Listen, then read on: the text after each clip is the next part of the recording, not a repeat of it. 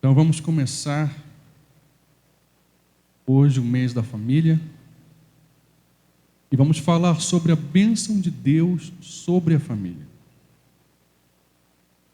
Eu quero começar com alguns questionamentos para nós refletirmos, para nós pensarmos. E o primeiro questionamento que eu faço nessa noite é: como nós temos cuidado da nossa família? Como nós temos cuidado daquilo que Deus tem colocado em nossas mãos? Será que nós temos feito o melhor que nós podemos? Ou será que nós somos negligentes com relação à nossa casa, com relação ao nosso lar? Um outro questionamento que eu faço é: será que o nosso empenho pela nossa família não tem nos levado a confiar muito em nós mesmos e pouco em Deus? Às vezes nós fazemos tanto pela nossa casa que a gente acaba achando que nós somos os responsáveis por tudo. A gente acaba deixando Deus de lado e achando que nós somos os senhores, os soberanos sobre a família. É um cuidado que nós temos que ter. Mas vejamos o que a palavra do Senhor nos diz acerca dessas coisas. Abramos as nossas Bíblias no Salmo 127. E vamos ler o Salmo inteiro, um salmo pequeno, são apenas 5 versos. Vamos ler o Salmo 27 todo.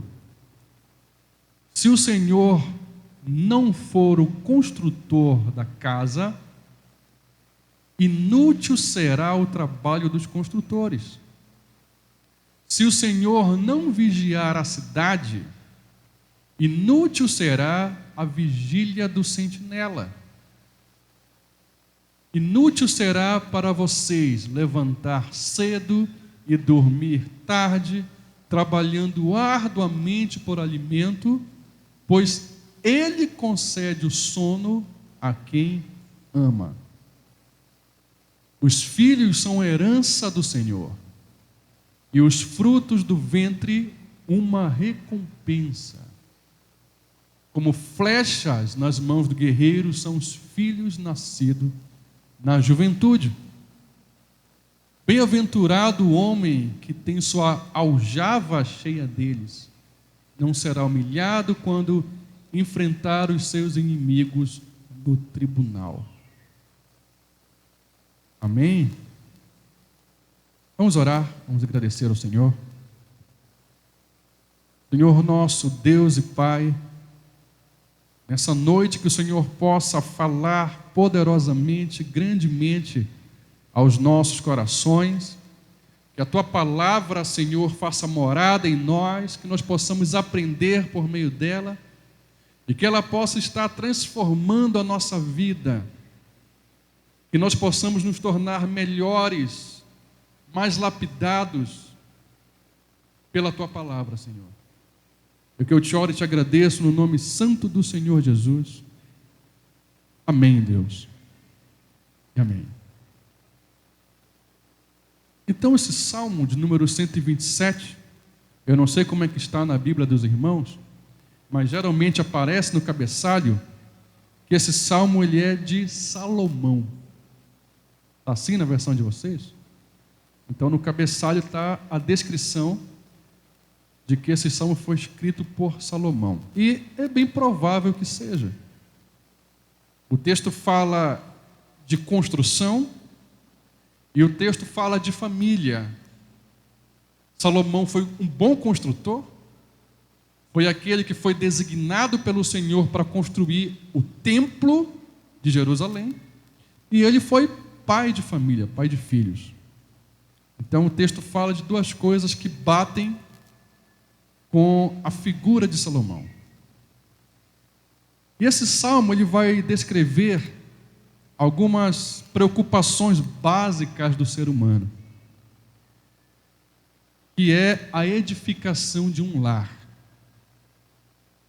Eu creio que todo ser humano, quando chega numa certa idade, começa a pensar em constituir família. Começa a meditar sobre edificar um lar. Uns mais cedo, outros mais tarde. Mas creio que todo ser humano, ou a grande maioria, numa certa idade, começa a pensar nisso. E o curioso aqui, que Salomão nos dá alguns ensinamentos, mas parece que ele próprio não seguiu os seus ensinamentos. Salomão teve uma família mal edificada. Salomão se meteu em casamentos desastrosos. Vamos lá para 1 Reis, capítulo 11, versículos 1 e 2. 1 Reis 11, versículos 1 e 2.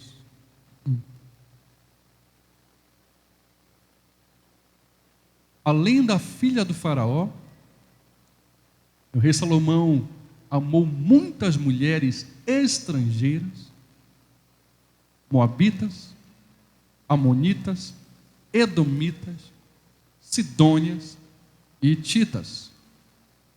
Elas eram das nações a respeito das quais o Senhor tinha dito aos israelitas: vocês não poderão tomar mulheres dessas nações, porque estas farão o coração de vocês se desviar para que sigam os seus deuses. No entanto, Salomão apegou-se amorosamente a elas. Salomão efetuou casamentos desastrosos.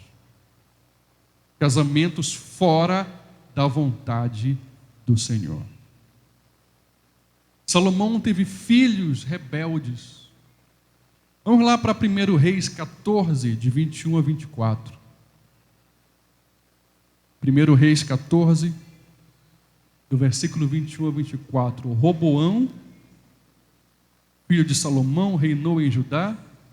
Tinha 41 anos de idade quando começou a reinar e reinou 17 anos em Jerusalém, cidade que o Senhor havia escolhido dentre todas as tribos de Israel para nela pôr o seu nome.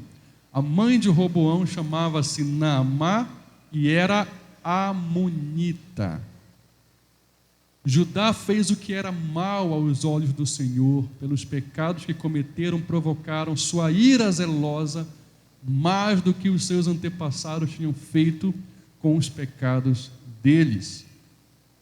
Também construíram para si santuários locais, colunas sagradas e postes de Acerá sobre todos os montes altos e debaixo de todas as árvores frondosas.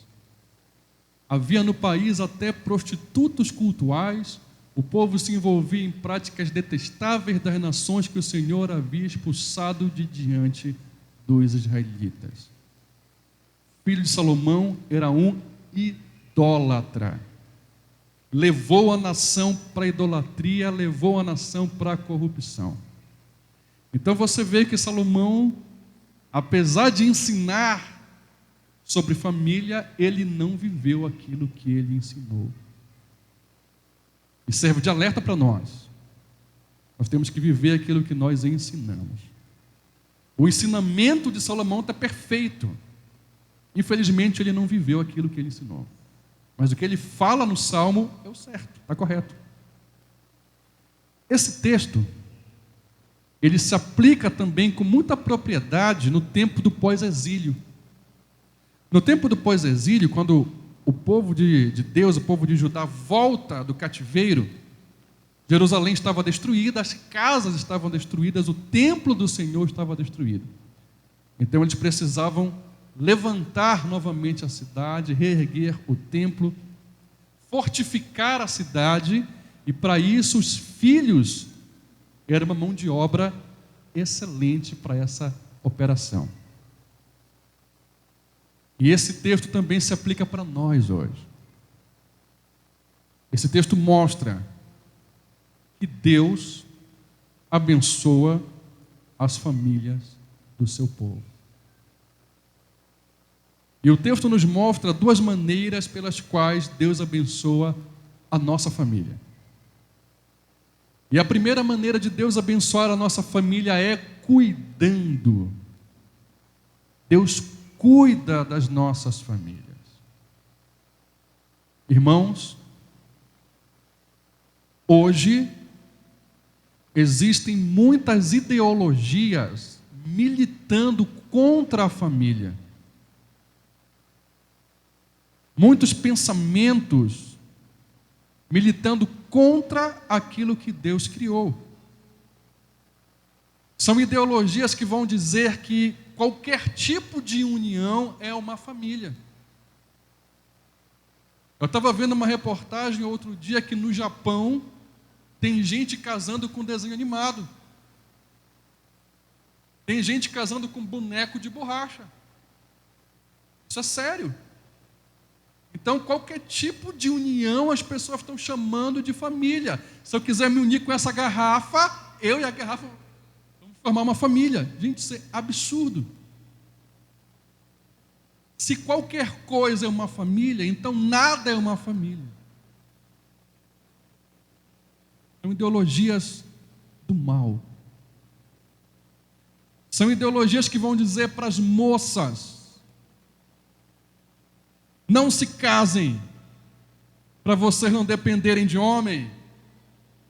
Não façam família. Vivam só.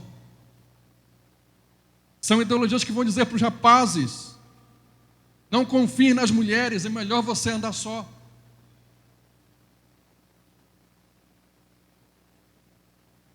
São ideologias que estão levando cada vez mais a juventude para uma vida de depressão, de vazio nas suas vidas. Eu tenho visto isso.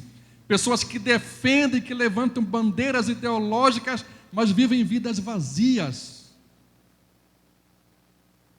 Vidas sem profundidade. São pessoas que vivem com problemas emocionais, mas não largam as ideologias mundanas. São pessoas frustradas, porque sofreram e estão tentando destruir aquilo que Deus estabeleceu. E o pior da conversa, essas ideologias estão entrando nas igrejas. Nós não podemos deixar isso acontecer. A família é uma instituição criada por Deus. Não foi pelo homem, não foi nenhum ser humano que inventou a família, foi Deus. O Senhor não nos fez para vivermos sós. Gênesis 2, versículo 18 diz isso, vejam lá comigo. Gênesis 2, versículo 18. Então, o Senhor Deus disse: não é bom que o homem esteja só. Farei para ele uma aliada, uma ajudadora, que lhe seja semelhante. Por que semelhante, irmãos? Não era para o homem se casar com uma girafa, não era para o homem se casar com uma leoa, porque não é semelhante. Por isso Deus fez a mulher, para ele começar uma família, porque a mulher é semelhante ao homem. Eles são da mesma espécie. E ali então inicia-se uma família. E o projeto do Senhor é que o ser humano crie a sua própria família. E essa família, agora o pessoal que é mais moderninho vai pisar no casco. Uma família, biblicamente falando, ela é uma união heterossexual e monogâmica. É isso que a Bíblia me diz. Uma família, segundo a Bíblia, ela é heterossexual e é monogâmica. Ah, mas eu penso diferente. Tá, mas a Bíblia me diz isso.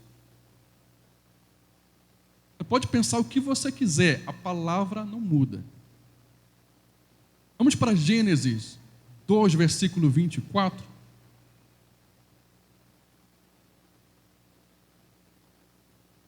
Por essa razão, o homem deixará pai e mãe e se unirá à sua mulher, e eles se tornarão uma só carne.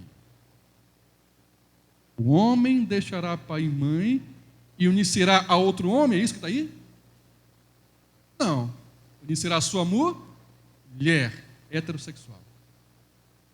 Quantas mulheres? Uma só, monogâmica. Família bíblica começa com uma união heterossexual e monogâmica. É o que está escrito aí. E a partir de então que o homem se une à sua mulher, ele precisa deixar papai e mamãe. A minha família agora, irmãos, você pode achar o que você quiser. A minha família agora sou eu, a minha esposa e o meu filho. E o papai e a mamãe agora são parentes.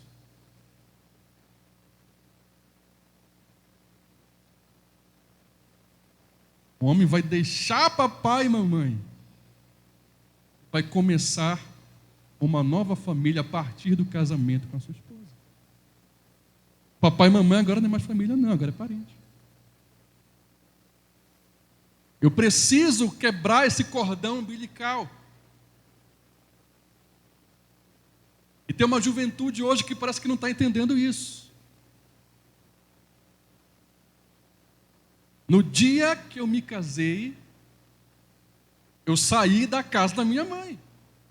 Eu fui morar de aluguel, mas era minha casa. Você entende? É uma falta de respeito enorme eu estar casado na barra da saia da mamãe. Assim é muito mole. Assim eu nunca vou crescer. Assim eu nunca vou ter responsabilidade. Então, no dia que eu casei, eu saí de casa.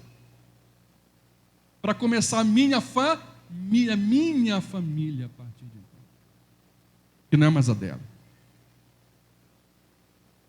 Irmãos, família implica em trabalho.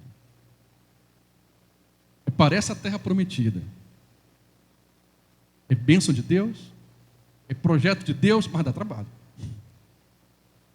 Quem disser o contrário está mentindo para você. Família dá trabalho. Muita gente pensa em começar uma família sem levar em conta a responsabilidade que isso traz. Família implica em responsabilidade, irmãos. Tem que ter, tem que existir. Eu lembro de uma determinada irmã que ela falava com a filha dela pelo telefone, eu estava na casa dela, e a filha dela estava doida para casar. Mãe, eu quero casar, eu quero casar. Em vez dessa mãe com sabedoria exortar a filha, olha, você quer casar, tá, mas tem responsabilidades. Não é brincadeira, casamento é coisa séria. Aí essa mãe cristã vira para sua filha e fala assim: minha filha, casa, se não der certo amanhã separa. Eu falei: misericórdia, irmã, que negócio é esse? Está repreendido. Parece que é sapato que apertou joga fora, é isso? Família não é assim, meu irmão, não é fácil assim. Por isso que exige responsabilidade. Tem que saber o que é que você está fazendo. Não é feito de qualquer jeito, por emoção. Feito com a razão. Depois do pecado, depois da queda de Adão, a palavra diz que ele teve que trabalhar duro para manter a sua família. Gênesis 3,19 diz isso. Vamos ver o texto. Gênesis 3, versículo 19. Do suor do seu rosto você comerá o seu pão, até que volte à terra, visto que dela foi tirado, porque você é pó, e ao pó voltará. Está dizendo para Adão: Adão, tu vai trabalhar para sustentar a tua família. vai ser um trabalho árduo a partir de agora, como não era antes. Família dá trabalho. Família exige suor. Dá trabalho para se manter funcionando depois de criada. A família exige renúncia. Às vezes é necessário abrir mão em prol do outro, às vezes é necessário abrir mão em prol da esposa, em prol do filho e vice-versa. Se ninguém der o braço a torcer, a família não anda. Alguém às vezes tem que baixar a bola para poder a coisa funcionar. Família dá trabalho. E as famílias abençoadas, elas exigem algo além do trabalho. A família que quer ser abençoada exige algo além do trabalho. Salomão, quando ele fala o que está no verso 1 do Salmo 27, se o Senhor não for o construtor da casa, inútil será o trabalho dos construtores. Se o Senhor não vigiar a cidade, inútil será a sentinela, a vigília da sentinela. No versículo 2, inútil será para vocês levantar cedo e dormir tarde, trabalhando arduamente por alimento, pois ele concede o sono a quem ama. Presta bem atenção. Salomão aqui não está advogando em prol da indolência. Tem gente que vai ler esse texto aqui e vai dizer, bom, então eu vou ficar na maré mansa. Eu não vou mais trabalhar. Eu não vou mais fazer aquilo que tem que fazer, porque Deus vai fazer tudo por mim. Isso é uma visão extremada. Uma visão errada da interpretação. Salomão aqui não está advogando em prol da preguiça de ninguém, nem da indolência de ninguém. Esse versículo não fala que eu não tenho que fazer nada em prol da minha família. Eu tenho que ficar descansando, não trabalhar, não zelar, que Deus vai dar o jeito dele de fazer. Vai cair do céu o dinheiro, não é isso? Deus vai colocar o segurança na minha porta, ele vai dar o jeito dele. Não é isso. Nós devemos zelar pela nossa casa. Nós devemos edificar a nossa casa, tanto no sentido físico quanto espiritual. Edificar a casa, construir a casa. Nós devemos guardar a nossa casa. Ser responsável. Eu não vou dormir, irmão, com a minha casa aberta, pensando, Deus vai guardar para mim. Isso é tentar Deus. Eu não vou fazer isso. Quando eu fui fazer a minha casa, que eu estou morando agora, eu disse, meu irmão, taca grade nesse negócio aí. Porque eu não sou maluco de colocar a minha família em perigo. Não, vou dormir com a janela aberta, que Deus vai proteger. Meu irmão, eu não sou maluco de fazer isso. Não estou tentando a Deus, não. Isso não é fé, isso é tentar a Deus. E eu sou responsável em suprir a minha família. Dinheiro não cai do céu, só cai do céu a chuva. Mas Salomão está dizendo aqui o seguinte, para sermos bem-sucedidos em todas essas áreas, na edificação, na guarda e no sustento, é necessário estarmos debaixo da bênção do Senhor.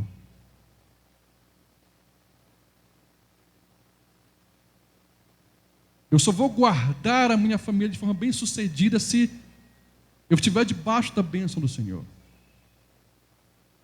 Eu só vou sustentar a minha família de fato se eu estiver debaixo da bênção do Senhor. Se Ele não estiver abençoando o meu trabalho, a minha guarda, o meu cuidado vai ser em vão. Eu não sei se vocês conhecem, mas eu conheço. Pessoas que trabalham de manhã, de tarde, de noite. O cara tem 2, 3, 4 empregos diferentes e se mata de trabalhar, ganha bem e não tem nada. Não tem nada. Mora de aluguel. O que está acontecendo? Onde é que está o erro? Ainda agora há pouco a minha esposa falava de uma pessoa que é concursado, dá aula, ganha muito bem e não tem casa ainda. Irmão, se você se mata de trabalhar, mas você não anda com o Senhor, provavelmente isso vai dar errado. É disso que ele está falando. Não é para não fazer, é para fazer. E ao mesmo tempo que eu faço, eu confio no meu Deus, que Ele faz aquilo que eu não posso fazer. O meu cuidado pela minha família vai até aqui, o de Deus é infinito. O meu sustento pela minha família, ele tem que acontecer, eu tenho que ser o provedor da minha casa. Mas eu creio que acima de mim tem um provedor supremo, que é o Senhor. Eu tenho que guardar a minha casa, zelar por ela. Mas acima de mim tem o guarda supremo, que é o Senhor. É isso que Salomão quer nos ensinar. Não é para negligenciar, não. Eu faço aquilo que eu tenho que fazer, mas eu confio que acima de mim tem um Senhor que guarda, que edifica e que protege. Então nós devemos fazer tudo o que está ao nosso alcance pela nossa casa, tudo o que nós podemos pela nossa família, confiando que quem cuida de nós é o Senhor. Mas eu faço aquilo que está ao meu alcance. Família é bênção de Deus para nós. Família é da vontade de Deus para nós. Temos que cuidar dela com o melhor que nós podemos, mas temos que confiar naquele cujo cuidado vai além das nossas forças. Temos que confiar em Deus. Ele é soberano. E que Ele faz aquilo que eu não posso fazer. A segunda maneira pela qual Deus abençoa a nossa família é preservando. Ele cuida, Ele preserva. Eu estava olhando essa semana a taxa de fecundidade no Ocidente. Ela vem caindo drasticamente. Eu falo no Ocidente porque no Oriente isso não acontece, tá? No Oriente a turma de lá está fazendo menino pra caramba. Essa queda é pro lado daqui. A turma do Oriente não tem esse problema, não. Aqui no Brasil, no IBGE, nos últimos anos, eu vou mostrar para vocês a taxa. Na década de 1960, uma média do IBGE era de 6,3 filhos por família. Média, tá? Na década de 80, a média cai para 4,4. Em 2020, a média cai para 1,7. E a previsão para 2050 é 1,5. Você vê que a taxa está despencando.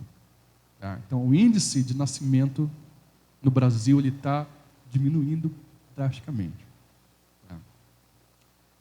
E assim como existem muitas ideologias militando contra o casamento, tem muitas ideologias militando contra os filhos. É a mesma coisa.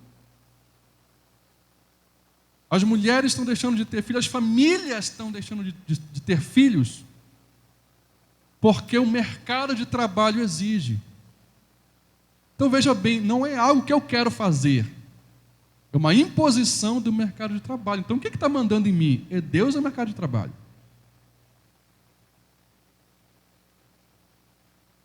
Tem alguém exigindo alguma coisa aí. Então as pessoas estão deixando de ter filhos porque o mercado de trabalho exige que não tenha.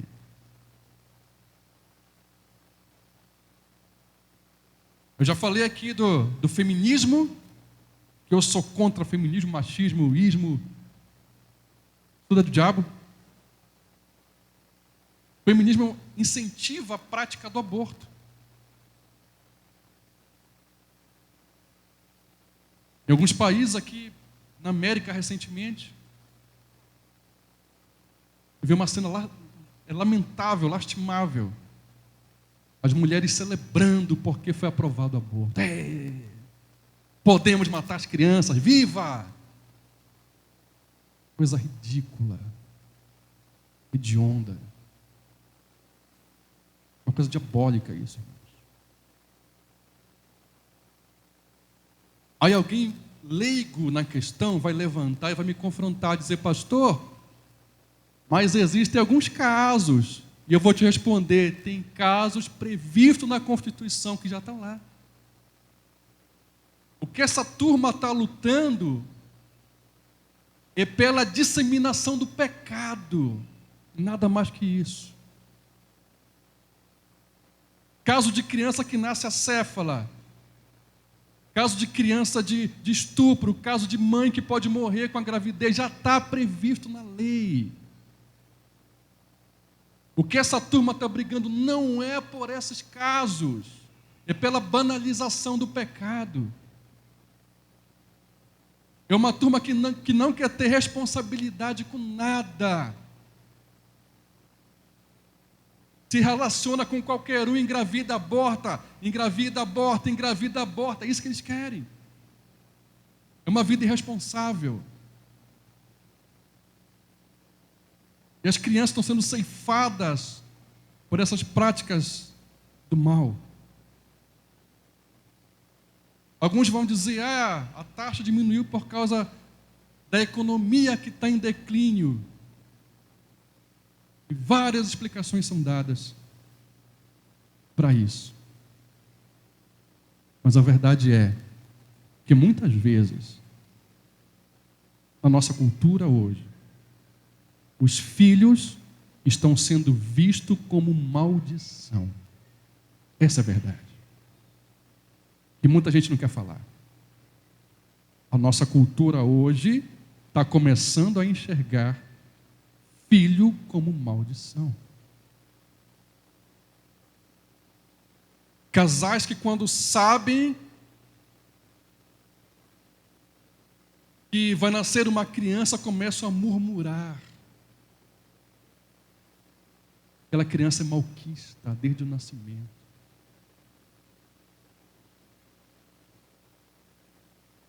A gente presencia cada vez mais aquela conversa de gravidez indesejada.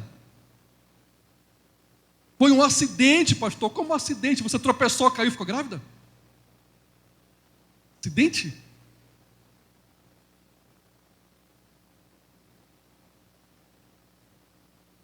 A gente abre o jornal e vê mulheres, que eu não vou chamar de mãe.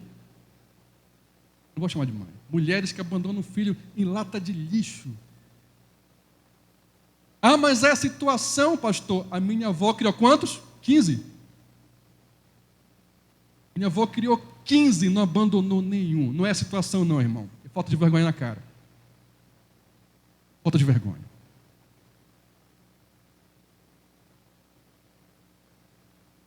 Tem gente que... Tem casal que não quer ter filho. Ainda agora falaram com a minha esposa, olha, faz um biscoito para a mãe de pet. Não foi? Como é o nome da sua filha? Lulu. Qual é o nome do teu filho? Rex. Gente, isso não é filho. Isso é um pet, isso é um animal de estimação. Você não pariu cachorro, você não pariu gato. Então a gente vê várias ideologias mundanas militando contra as crianças, contra os filhos. Mas a palavra de Deus, ela contraria todas essas ideologias. Para o mundo, filho é maldição. Para a palavra de Deus, filho é bênção. Versículo 3. Salmo 127, 3. Os filhos são herança do Senhor.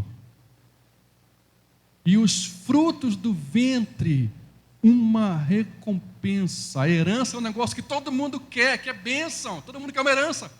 É ou não é? Quem não quer receber uma herança? Os filhos são bênção, são herança do Senhor. É coisa boa.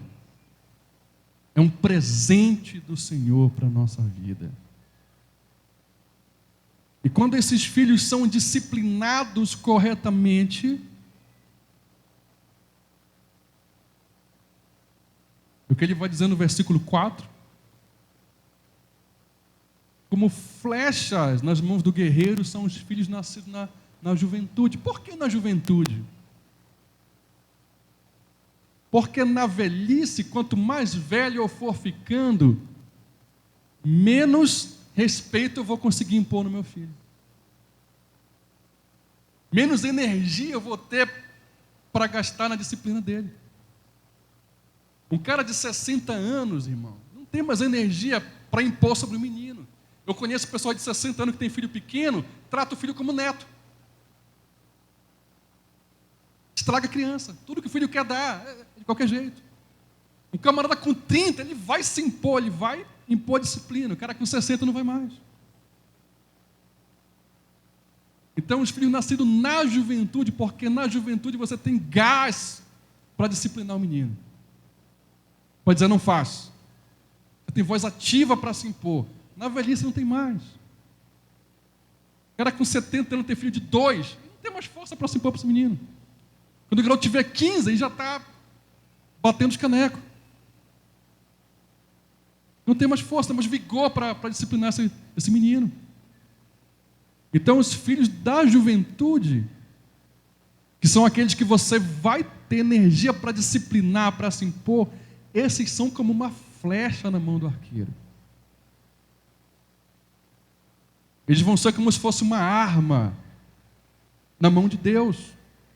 Quando eles são criados na disciplina do Senhor, principalmente, eles vão ser uma arma contra as mentiras do mundo, contra o mal, contra a injustiça desse mundo. Vão ser como uma flecha na mão do arqueiro. Vão ser valentes, vigorosos. Os filhos ensinados na palavra de Deus são fonte de felicidade. Bem-aventurado, feliz, versículo 5, né?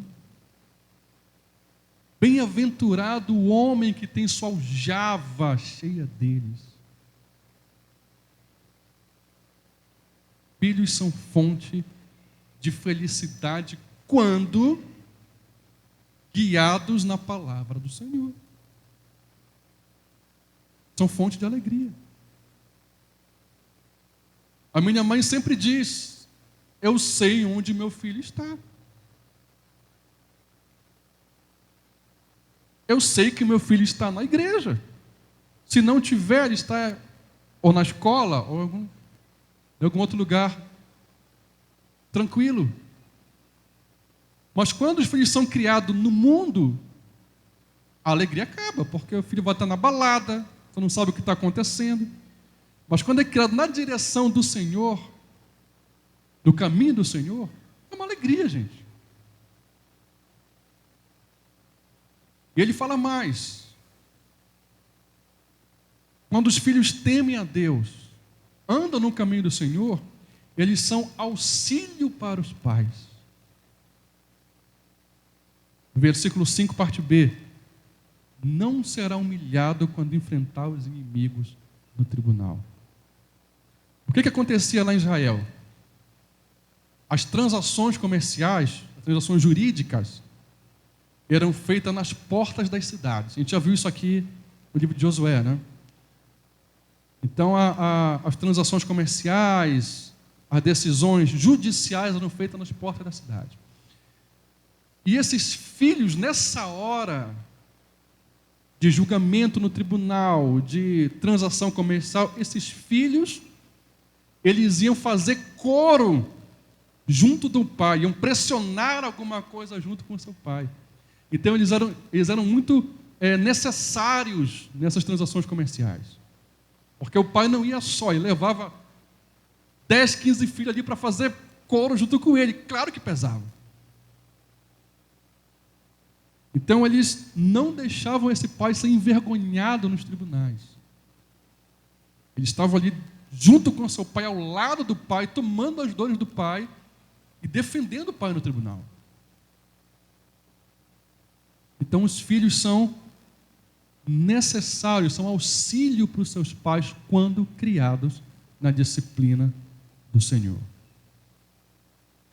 São filhos que vão compreender o que a palavra diz, né? Honra teu pai e tua mãe, para que se prolongue os seus dias na terra. E aqui tem um problema.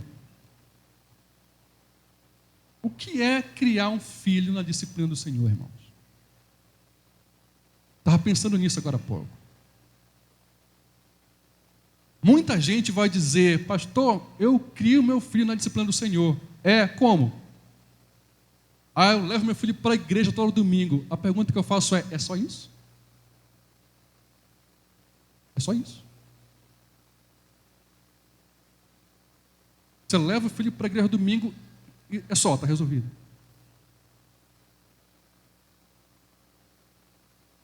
Essa é uma das variáveis, irmão. Essa é uma das variáveis. Aí o camarada leva o filho todo domingo para a igreja, religiosamente. Aí na segunda-feira, vou dar um exemplo genérico aqui. Segunda-feira está lá em casa, o vizinho bate na porta. Meu filho, fala que eu não estou. Levou o domingo para a igreja. A segunda-feira, pensando o filho a mentir. Isso é criar na disciplina do Senhor, irmãos? Isso é criar no caminho do Senhor? Eu acho que não. Você está entendendo o que eu estou falando? Vir para a igreja é uma das variáveis. Tem outras coisas envolvidas. Levou domingo para a igreja, na terça-feira, faltou o feijão em casa, um monte de palavrão. Está criando no caminho do Senhor? Está nada. Não se engane, irmão. Levar para a igreja é um ponto da história. O nosso testemunho dentro de casa é muito maior. Às vezes a gente leva para a igreja, aprende o certo na igreja, chega em casa, a gente destrói tudo que foi pregado. Ele vai dizer, mas eu criei na disciplina do Senhor. Criou nada. Criou uma vírgula. E o Senhor faz a nossa família preservar por meio dos nossos filhos. Se eu não tivesse o João Marcos e eu morresse, a minha esposa morresse, a nossa família estaria encerrada ali.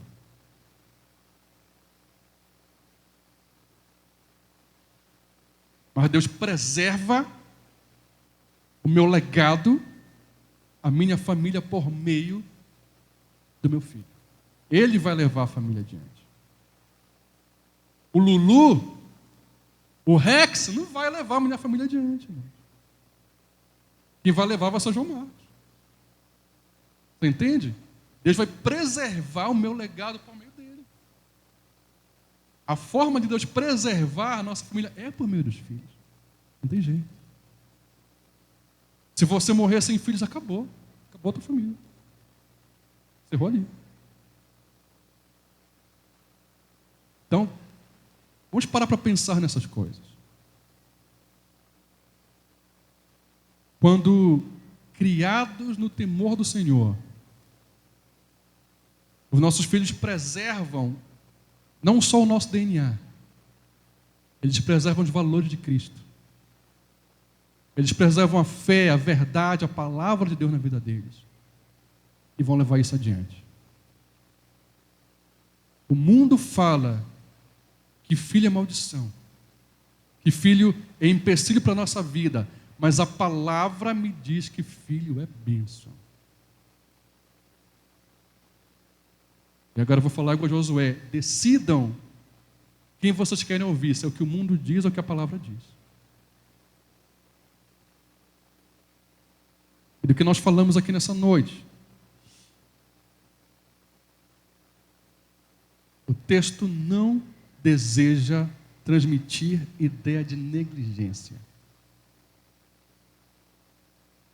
O texto fala que nós temos responsabilidade para com a nossa família.